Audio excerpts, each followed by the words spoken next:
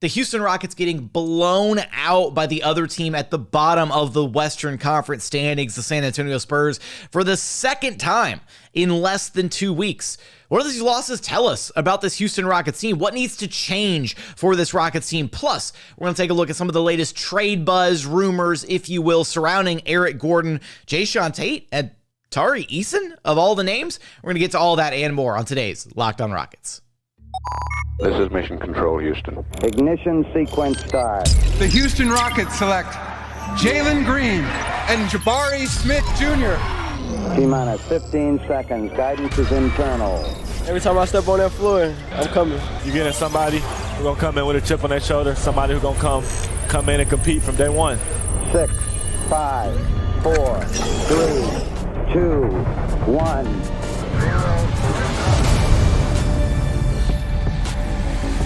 What's up, and welcome to another edition of Locked On Rockets, your daily podcast home for everything Houston Rockets basketball. As always, I'm your host, Jackson Gatlin, native Houstonian and credentialed media member. I'm also the host of Locked On NBA Mondays, host of the State of the Rockets podcast, as well as Rockets Watch. Be sure to follow along on Twitter at JT Gatlin, and the show, of course, at Locked On Rockets, free and available wherever you get your podcasts, including YouTube, where you can help the show out tremendously by commenting anything below.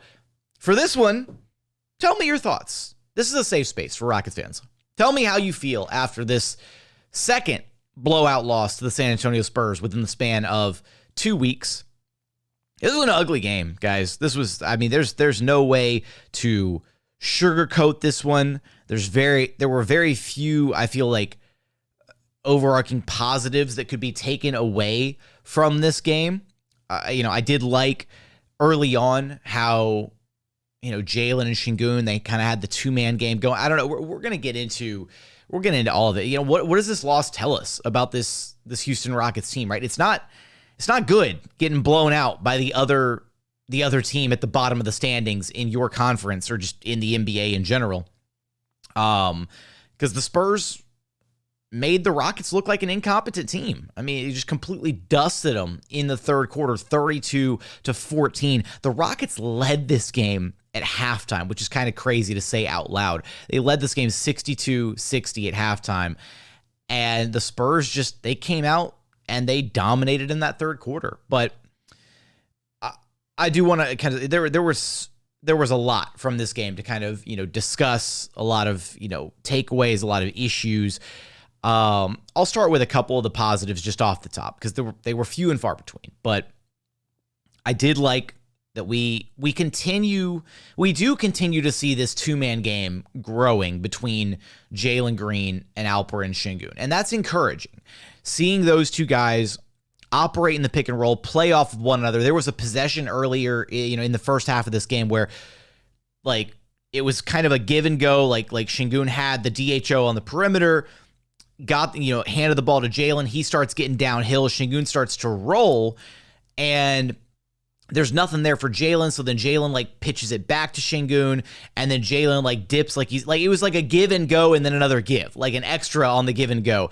And Jalen was able to make something happen out of that. There's just a good chemistry between those two guys, and it's good to see that the Rockets are going to it more consistently, but they need to go to it more consistently over the course of an entire 48-minute game. They can't just go to it in the first quarter and then abandon it for the rest of the final three quarters. So they can't just go to it and then due to rotations and staggering and trying to get Garuba his minutes and Bruno Fernando his minutes, then suddenly Jalen loses his two-man game, his pick and roll partner, right?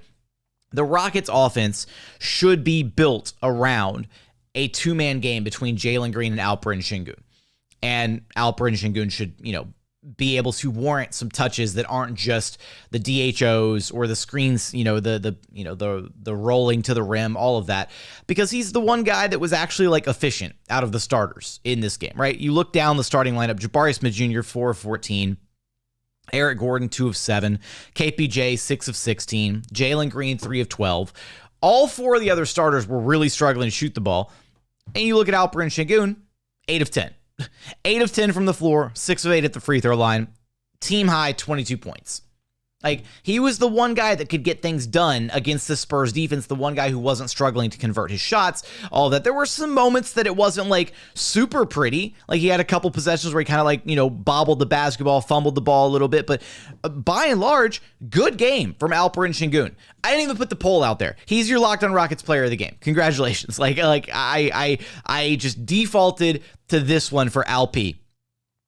And it's kind of maddening that you see like the success that he can have on the floor and the Rockets don't kind of adjust their game plan accordingly, right? Like, I mean, at the 5-minute mark in the first quarter, Alperen Sengun was the only guy who was, putting up some consistent offensive numbers for the team, right? And here comes Usman Garuba with the substitution. Now, maybe that's a thing where Alp, right? You want to have him fresh. You want to, you don't want to run him into the ground, have him play 8, 9, 10, 11 minutes, a full quarter straight of basketball. I can maybe understand that, but at the same time, if he's your only consistent source of offense, keep him in the game, right? Like, adjust your rotations accordingly. Let him stay out there. Maybe you sub out, Green and KPJ a little bit earlier, and you stick with the hot hand, right? You stick with the guy who's been able to actually get you some buckets against the Spurs team. And then the same thing happened again in the second quarter, where Alp started the top of the second quarter and, was doing his thing. And then he gets subbed out for Bruno Fernando. Like, Alp had 14 points midway through the second quarter, and he got subbed out for Bruno Fernando to check in and get his partial run at the end of the quarter. It's kind of mind-boggling when you look at some of the decisions being made to, play certain guys and all this. I do want to, I'm going to get to some of I put the thought out there for Rockets fans to voice their frustrations, and I want to read through some of the commentary from that. The other encouraging part of this game that I do want to discuss here before getting into more of the issues with this one and what this loss might tell us about this Rockets team. Jae'Sean Tate had a great game off the Rockets bench. I mean, KPJ was dealing with foul trouble over the course of this game, picked up, an early third foul, an early fourth foul, had to spend some time on the bench in the first half, and Jae'Sean Tate got some extended run because of it, and he had a couple of assists that were in garbage time for sure, but at one point during the actual, real flow of the game, Jae'Sean Tate had 7, he finished the game with, 4 points, 3 rebounds, 9 assists, and 3 steals, only 2 turnovers. And at one point, Jae'Sean Tate had 7 assists, and it was actually legitimately within the flow of the game before the blowout really started to happen. You're like, okay, this game's kind of over. So, I mean, credit to Jae'Sean Tate. He had a strong game. He was 0-4 from 3-point land. He did airball a 3, and that was kind of rough to see. But as far as the actual, point guarding duties, I thought this might have been one of Jae'Sean Tate's best games as a Houston Rocket. And there was one moment that really stood out to me. The Rockets were running an ATO play, so after timeout, or maybe, I apologize, it wasn't an ATO. It was just a sideline out of bounds play. It didn't come, immediately after a timeout. But, ball gets tipped out of bounds. Jae'Sean Tate goes to inbound the ball, and he's talking to Jabari as he's walking over to be the inbounder, and he's talking to Jabari, and he does this with his hands. He goes, he does a motion with his hands, basically signaling Jabari to dive at the rim. And so Jae'Sean goes to inbounds the ball, and Jabari immediately, as soon as he touches the ball, claps it, Jabari dives towards the rim. Jae'Sean hits him beautifully with a pass, and Jabari goes up and gets the easy 2 at the rim. That is the kind of point guarding, right? Telling guys where to go, where to be, what you're seeing on the floor, and orchestrating things, right? Basically, I don't know if it was because of the matchup, I don't know if it was because of the defender, or I don't know what Jae'Sean saw in that moment, but Jae'Sean was like, I know how to get Jabari a bucket. Hey, Jabari, dive towards the rim and I got you. And Jae'Sean hit him beautifully with a pass. And it's those types of moments that you got to be looking for out of your point guarding presence on the floor, right? Making life easier for the other guys that are out there with you. So I thought that was really good stuff to see out of Jae'Sean Tate. I'm not anti-Knicks in any capacity. It's just I feel like we haven't seen enough quality games from him or enough consistency strung together where at this point it's like, well, you've got Ty Washington waiting in the wings. couldn't hurt to, check that out. And again, in this game, Daisha Nix getting the nod ahead of Ty Washington, much to the chagrin of Rockets fans everywhere. But credit to Daisha Nix, credit where credit is due. He did a good job with his minutes, right? If Daisha Nix can keep up this level of consistent production, if he can be out there and facilitating a high level, getting downhill and creating for his teammates, if he can do those things consistently rather than being out there looking really passive with the basketball, which is what has happened a lot recently, then I'm all for more Daisha Nix minutes. I just don't know if this is like a blip on the radar and it's going to go back to normal, or if he can consistently do this moving forward. So coming up, do want to discuss kind of some of the other standouts, some of the other takeaways from this Rockets loss against the Spurs, what this loss might tell us about this team. We're going to discuss that. But first, today's episode is brought to you by Turo. Turo is the world's largest car sharing marketplace. With Turo, you can book any car you want, wherever you want it, from a community of local hosts. Browse a huge selection of vehicles for just about any occasion or budget across the US, UK, Canada, and Australia. Book a spacious SUV or minivan for a family road trip. Get a classic or luxury car for a special event, birthday, or holiday. Find affordable economy cars if you're on a budget and just need to get from point A to point B. You can even test drive that new electric car that you've had your eye on to see if it fits your everyday lifestyle. Many Turo hosts can even deliver the car right to your doorstep. Every trip is backed by liability insurance. Terms, conditions, and exclusions do apply. Forget boring rental cars and find your drive at Turo.com. And continuing on here at Locked on Rockets, your daily podcast home for everything Houston Rockets basketball. Now, what does this loss against the Spurs, second blowout in less than 2 weeks, tell us about this Rockets team? I think it's worrying because I think this team has a tendency to play up to and down to the level of their opponent. And for whatever reason, right, this team can get up for the big games, right, against the Bucks or against the Warriors, and they go out and they play their hardest and the energy is there. But then, there's like almost like an expectation, like, oh, it's the Spurs, right? It's the Spurs. We'll be okay. And they take some of these, lesser teams for granted, right? Or they're not able to, put out the same level of energy that is needed to be able to actually win a game like this, right? A game, there are very few games on the schedule that you expect the Rockets to win, or at a bare minimum, right? You expect them to be competitive in. But twice now against the Spurs team, it's almost like it's surgical, right? With San Antonio, where the Spurs have just picked apart the Rockets in the second half of both of these games, right? Maybe it's, halftime adjustments that Popovich is making, that Silas is not making, what have you. But in this game, 32-14 third quarter, right? The Rockets aren't able to hit anything offensively right now. Like, the shots are just not going in across the board.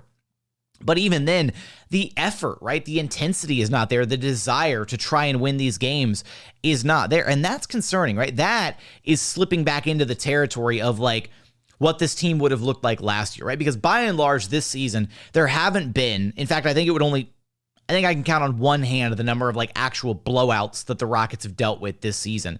And I think it's still only like 4 or 5 so far. But last season, right, they getting blown out left and right. So what you don't want to see is you don't want to see this team starting to settle and starting to get complacent and starting to, just, okay, big run by the team. Okay, well, we're not going to be able to get back into this game, right? And that's what happened in this one. Like, there was no fight. There was no urgency in that third quarter to try and claw their way back into this game. They were leading at halftime, not by much, but they were leading at halftime. And they just completely fell apart and unraveled in that third quarter. And when asked after the game, when Kevin Porter Jr. was asked after the game, said, shots weren't going into the third quarter, but then everything else came apart too. Was it a reaction to the missed shots and what led to that? And KPJ said, it's the holidays, family and everything. It's just outside frustration probably getting in, and that's with everyone. What? Like, what kind of an answer is that? Like, I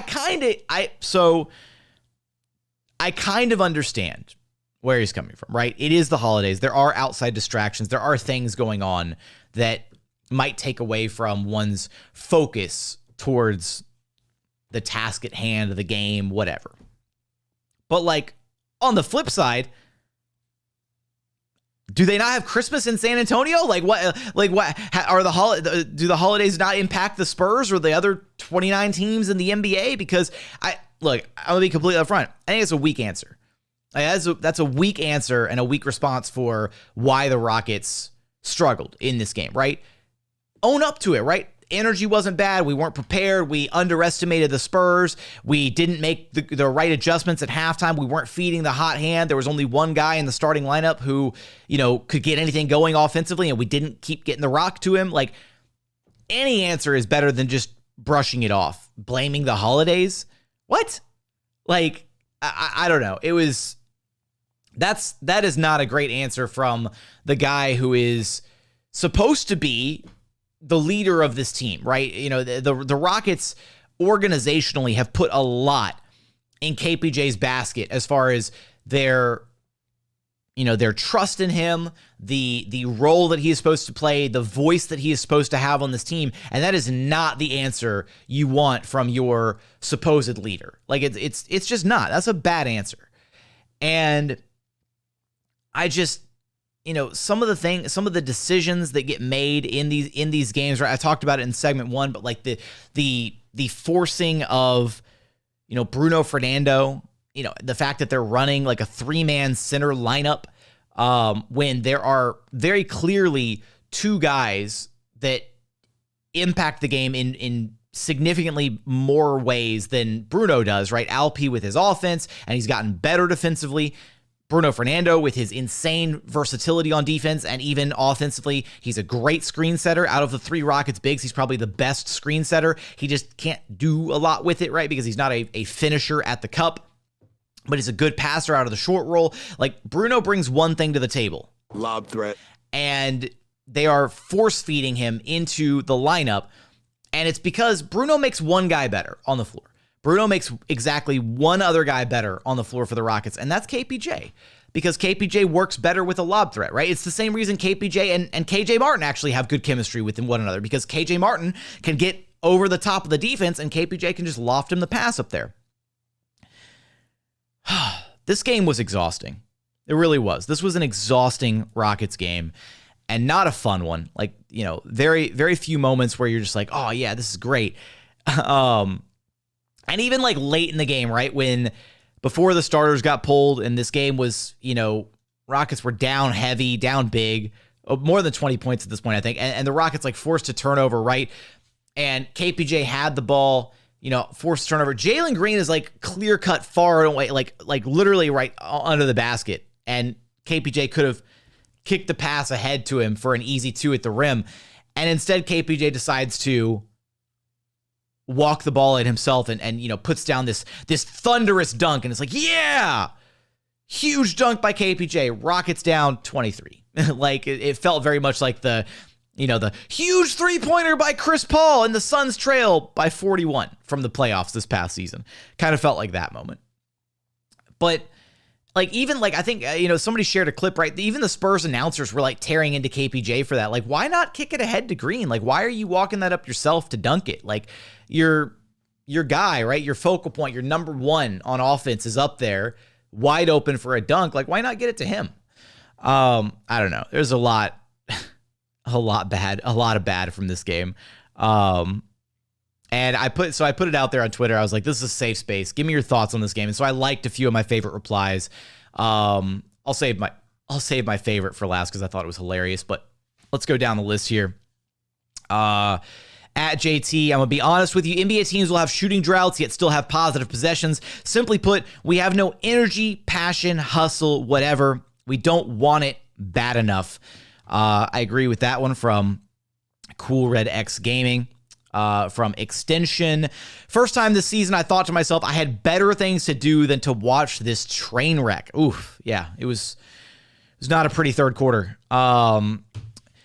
From Houston Big Three, sometimes they play inspired ball. It's true. But usually they look really clumsy. That's also true.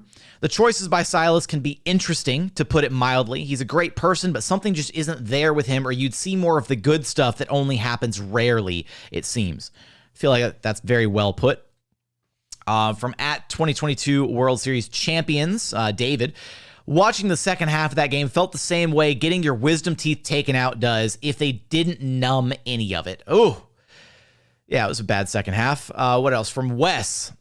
The Spurs looked coached up and aligned as a team. The Rockets looked like guys thrown together on a pickup squad trying to figure it out. Yeah, there was that one possession. I think Vader on Twitter clipped a possession where the Rockets just looked so discombobulated at the end of the possession. Resulted in a turnover. Bruno Fernando traveled. But the group of guys that was out there looked like they had no idea what they were supposed to be running, what was going on, all of that. A couple more here. From Big E Houston, staying up till 4:30 a.m. to watch this game was definitely something I did not enjoy doing, to say the least. I feel for the overseas and international fans who stay up at odd hours of the night to watch these games, and to watch this product out there is not great. And the last one, this was my favorite one, from @SloppyBowser, Cameron. This game was hell in a cell with Devin Vassell. I love that. That's such a great response, because that's exactly what it felt like. Rockets had no ability to slow down Devin Vassell. Their perimeter defense was all over the place. I was actually tallying some of the defensive lapses, the perimeter defensive lapses, and I got tired of doing it because I was just like, I can't keep doing this. Like, I was like jotting down timestamps on my phone, and I was doing it just after the first quarter. And just in the first quarter alone, I came up with like 12 blown coverages defensively. And I was like, I'm not going to keep doing this. So I may go back and clip some of the defensive lowlights just to be like, what are we doing here defensively as a team? Specifically on the perimeter. The perimeter defense at times by Jalen and Kevin was just bad, but especially Kevin. There were moments where he just looked super lost on defense. Coming up, I want to segue away from this Rockets game. This was such an ugly bad loss. And I want to talk about some of the latest trade buzz, rumors, names circling around the Houston Rockets team, some of the latest reporting by Kelly Iko and our good friend of the show, Roosh Williams. Talk about that, as well as we will do a tankathon spin, because we have to after this kind of loss, because that's the only light at the end of the tunnel for this Rockets team. But first, today's episode is brought to you by BetOnline. BetOnline.net is your number one source for all of your sports betting info, stats, news, and analysis this season. Get the latest odds and trends for every professional and amateur league out there, from pro football to college bowl season to basketball, all of it. They've got you covered over at BetOnline. Right now, you can take a look at who the odds-on favorites are to win the NBA title this season. Right now, the Boston Celtics still leading the way at plus 340. Milwaukee Bucks right behind them at plus 575. And then a distant third, you got the LA Clippers at plus 900, the Golden State Warriors at plus 1,000. And then rounding out the top five, the Phoenix Suns also plus 1,000. But the Memphis Grizzlies slowly creeping into that mix at plus 1,200, just on the outside of the top five looking in. But for all those odds and more, be sure to visit betonline.net to learn more about the trends and action available to you. BetOnline, it's where the game starts. And final segment here at Locked On Rockets, your daily podcast home for everything Houston Rockets basketball. Now, before we get to our light at the end of the tunnel, the tankathon spin, if you will, couple quick little tidbits of Rockets trade news, rumors, whatever. And we'll start with first Kelly Iko of The Athletic, who said the Rockets have gotten a few calls about players like Tari Eason and Jae'Sean Tate, but consider both a part of their core moving forward and aren't looking to move either one. And then on the other side, good friend of the program, Roosh Williams, the Mastodon, league sources tell me the Rockets received over half a dozen offers that included first-round picks for Eric Gordon up to this point. There's a solid market for Houston's veteran shooting guard. So, understanding these two reports, first off, of course you're not going to move Tari Eason. I don't know what GMs are calling up the Rockets thinking that they can fleece Stone for arguably the steal of the NBA draft this past season. So yes, Tari should be probably one of the few untouchable pieces of this Rockets team. But then the wording, right, on Jae'Sean Tate being a part of the core moving forward, and the fact that the Rockets have had so many offers for Eric Gordon up to this point. We know that there have been offers for Eric Gordon to this point, right? And the wording, the reporting that, consistently comes out about it is that the Rockets don't want, they don't want a late first for Eric Gordon, right? They want a good first-round draft. At this point, it's an indictment of the front office. They haven't moved Eric Gordon to this point. I don't know how you look at this team, the direction that they're going, and you come to the conclusion that starting a veteran shooting guard at your 3 spot is the right move. I just don't, right? He's not, and part of it, right, is because Eric Gordon bails out this team a lot. He does. Like, offensively, when the offense crumbles and when the plays aren't getting run or when the plays are getting blown up or when things devolve, Eric Gordon saves this team offensively a lot because he's just that good. He's a good player. But he's going through the motions at this point.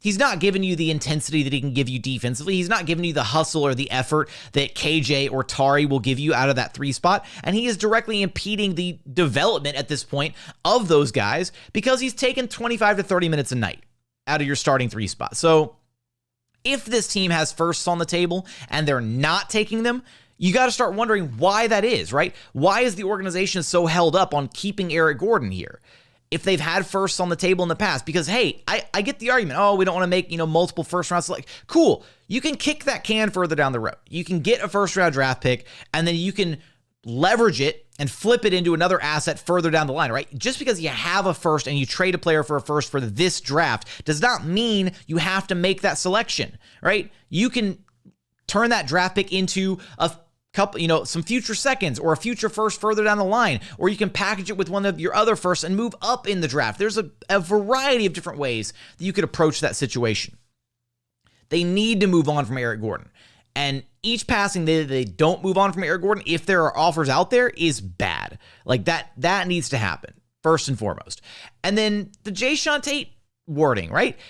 I don't like the way that I view this team is there are only 3 pieces that are, in my eyes, completely untouchable and guaranteed parts of the future moving forward. And that's Jalen Green, Jabari Smith Jr., and Tari Eason. That's it. It's those 3 names for me. Those are the 3 names that are guaranteed untouchable. Unless you're going to offer Zion or Luka, within reason, those are the 3 untouchable names on this roster. And then there's like the fringe tier, right, of guys where Alperen Sengun has an incredible amount of talent, right? But is he full-blown untouchable, or would you listen for the right offer? Yeah, you listen. You listen for the right offer on Jalen even, right? If the Mavs come knocking with Luka, for sure, but that's not going to happen. So Alperen Sengun is, right there on the cusp, but I'm very close to putting him in that tier, right? Because Alperen Sengun, as he grows and develops that 2-man game with Jalen Green, that looks really good as he improves defensively, right? Like, I'm very close to, with his talent level and his ceiling as a player, putting him in that group, like at the very top of like guaranteed staples of the organization moving forward. But I don't think Jae'Sean Tate's in that mix, and I don't think he should be in that mix, right? He's 26 years old. He kind of is what he is as a player right now. And he doesn't have near the ceiling that KJ or Tari do as players. So why is the organization obviously if a team is calling you up and trying to hear you want a 2nd round draft pick for Jae'Sean Tate? No, you click, hang up the phone, right? That's insulting. It's an insultingly low offer. But viewing him as a part of the core moving forward is another discussion where I don't know. I feel like the Rockets need a fresh set of eyes on everything they got going on, and I think that is kind of maybe one of the takeaways too from how badly they've gotten beat by the Spurs in back-to-back games. Is you would expect this team has so much talent, but it feels like they're just not being deployed, utilized the right way whatsoever.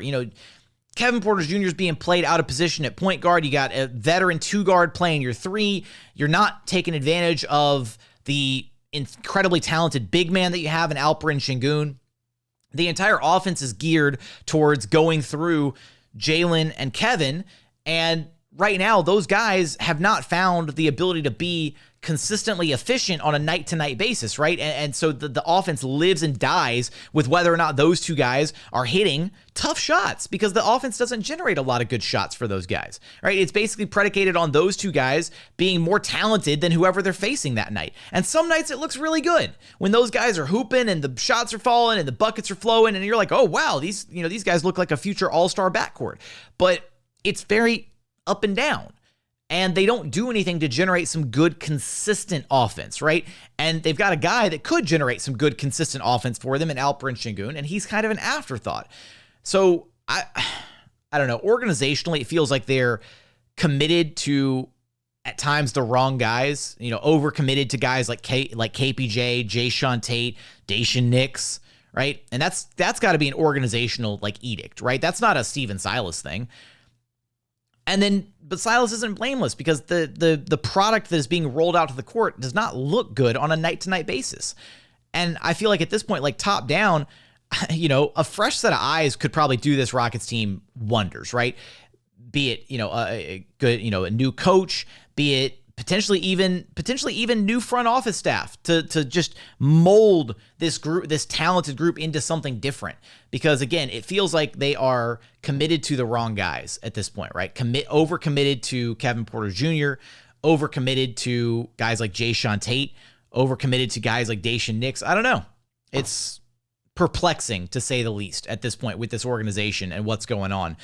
But with that, you've got to run a tankathon spin. The light at the end of the tunnel.